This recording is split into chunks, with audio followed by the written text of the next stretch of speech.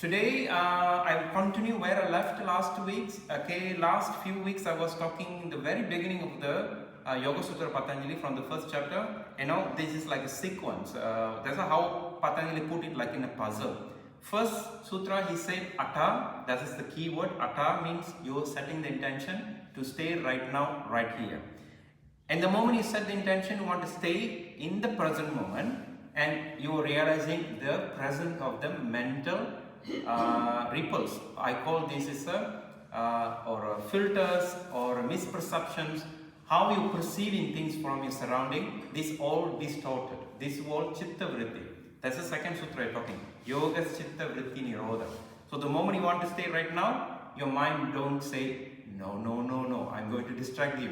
So sometimes you realize it's not really distracting us because we believing what we are perceiving, it's completely true. One example I can give, that you go to the ocean, you believe that the water of the sea is blue, but it's not. The water of the sea is not blue, it's a crystal clear. What's make it blue? The reflection from the sky. Of course, if you go to some other country, maybe they're cloudy, the water look like dirty and grey, different.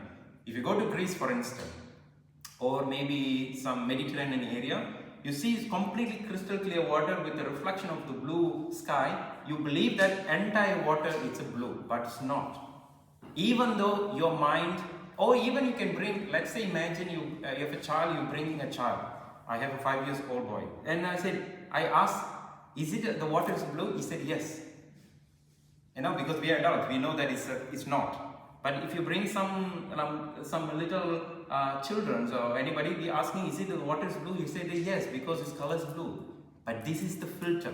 This is the mental misperception, which we call, Patanjali said, chitta vritti. And we are so much integrated in our life, so much we are based on the chitta vritti. We believe that's a blue color and we act according to that. In fact, it's not. It's crystal clear water until you experience it. And there are 5 chitta vritti. Last week I was talking the first one, the pramana, the right knowledge. Today I'm a little bit go deeper there. The first chitta vritti, the first obstacle of mind is the pramana, the right way learning or right perception. I would call this right knowledge, right perception. That means you come to the sea, you see entire water is a blue color, you're perceiving that it's a reflection. So this is a direct experience. Now you're listening to me, sitting here in the studio listening. This is not the right perception because it's imaginations. I'm telling you probably some information from your past experience are projecting. Krishna talking about sea. Every single individual here have their own experience with the sea. Not really the sea in Greece, maybe seen in India, seen in Cape Town, South Africa, everywhere. So I'm not talking about that. Now imagine you are really in the sea, on the shore, seeing directly. That is we call direct perceptions. That means you experience that. So the first ripple here, the right way of learning things is, Patanjali put it like a decoded as a 3-way to get things right. Last week I said that sometimes we think that we want to do everything correctly, 100%, but we suffer. We want to do everything in order, correctly, and we created the mental rigidity. This is the obstacle. We want to do everything super perfect, end of the day it doesn't work because why? The mind, the approach, everything gets so tight. But within this sutra, within this word pramana, he said the right way to perceiving things correctly. There are 3 methods he used. The first method is, wait, I will quickly check. The first method he said, one second. Pratyaksha, anumana, agamah, pramanani. In the sutra number 7, he say that only in the first obstacle, this first chitta vritti have benefits also can be unfavorable. Remember, out of 5, the next week I will go the third, second, fourth, fifth, sixth, one by one. But only the first is a little bit assumption, because the first one, right way to perceive things, have the both side, good side and bad side. If you're too tight, I want to perceive correctly, everything's too tight, it's creating mental rigidity, and then you fall into the category of the suffering. You suffer because you're not really producing what you want to do. But the right way to perceiving things correctly, there are three methods. Pramana, direct perceptions. If you want to experience what is the sea water, you need to go to the sea to experience. It's not about the reading, watching in YouTubes or paintings. No, this is not right direct perception. Direct perception say you go to the sea, you experience directly.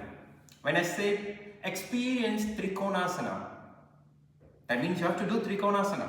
Then you experience it. That is a direct perception. Experience eating a fully ripe tomato. It's not thinking some or any Italians here? Mediterranean? Okay, it's not about you collecting your memory from your childhood, your homeland. I know how the tomato does. No. Right now I said experience the fully ripe tomatoes means you go to the shop, buy the ripe tomatoes and eat it. That is a direct experience. Not to recall from the past. No. Right now you get it and experience. This is we call pramana, pratyaksha. That means your direct perception. The second one is the inference. Inference means you're analyzing, like I said, you go to the sea, you see the water is the blue color, but you're investigating. You take your water, the sea water in your hands, you see it's not blue. Or let's say I have a cup, like white color cups, I take the water, I see, it's white. This means you are investigating. You're really directly involving in that particular experience. That means the second method to perceiving things correctly. It's not something magic. You really do your experience. Really experience. That is the second one we call anumana. That means you're really involving in that particular things. You're investigating. Investigating, is it really right? Krishna said it should be like that. No, don't believe me. Go and check. I said the sea water is the green color. Don't believe me. Go and check. Is it really green color? No. It's a crystal clear water. Maybe you go to some river. Maybe it's not a crystal clear. It can be brown because it's dirty. This is a direct perceptions, and then anumana, investigating. It's a little bit different. Remember, don't get confused. Direct perception means you go closer to the sea. You see in your real eyes. Okay. This investigation means you jump into the water, take the water, you're investigating. That is two different processes. The third one is the agamah. Agamah means something we can rely on. Scientific research says that, okay, they did like with 1 million people, saying that they're sending 1 million people to the sea to investigate, to see the sea water is really crystal clear. This kind of a proof we call agamah. In ancient times, we say agamah is some holistic text, like a Patanjali text, okay? Bhagavad Gita, something text like written clearly that this method it's really proved because yogis have practiced certain things from the ancient time until now. So this you can little bit rely on because you're not blindly believe. In spite of that, even though you're taking some method from ancient time to practice right now, but you still need to apply the first two steps. Direct perception and go to investigate. Is it really right? Works for you. And these are three ways to perceive your experience correctly. If you don't do this, then you fall into the other category which we'll call creating suffering, mind get rigid and then get tight. Okay? And for today's practice, today's class, I want you experimenting these three process. I'm like a symboling for agamah. Okay, you can trust me. Okay, Krishna, I've experienced. I'm as a teacher. I'm projecting this information to you guys. What we're going to do today. That is agamah. Then you not 100% trust me. You experience yourself with your body, with your senses, with your elements. Is it really right? Is it okay? Okay, when I come to this posture, I feel like completely free. Maybe not. You have to experience it. This is the first and the second method. Clear? The third method? Third method is the right information, the proved information. information like somebody will practice a lot, they have this experience. I say that, okay, when you see this, you're sitting with the cross legs, you feel your lower backs feel relaxed. Something. He said, no, it's not true. Until, yes. Or easy example, some people have a tight hips, really they cannot sit on the ground. I know some people sit on the ground. He said, no, take a bolster to sit. You can make you feel a little bit more space and you can feel ease, the breath. Because I experienced, I tell you. He said, no, I'm not believing you. And then you take a bolster block, you sit. Yes, you're right. I feel like much more space to breathe in my abdominal. This is from the third one, you are investigating to apply and then you direct experience that. So that is exactly Patanjali want we are experienced in the sadhana, yoga sadhana. Good? Before we go to the practice, anybody have a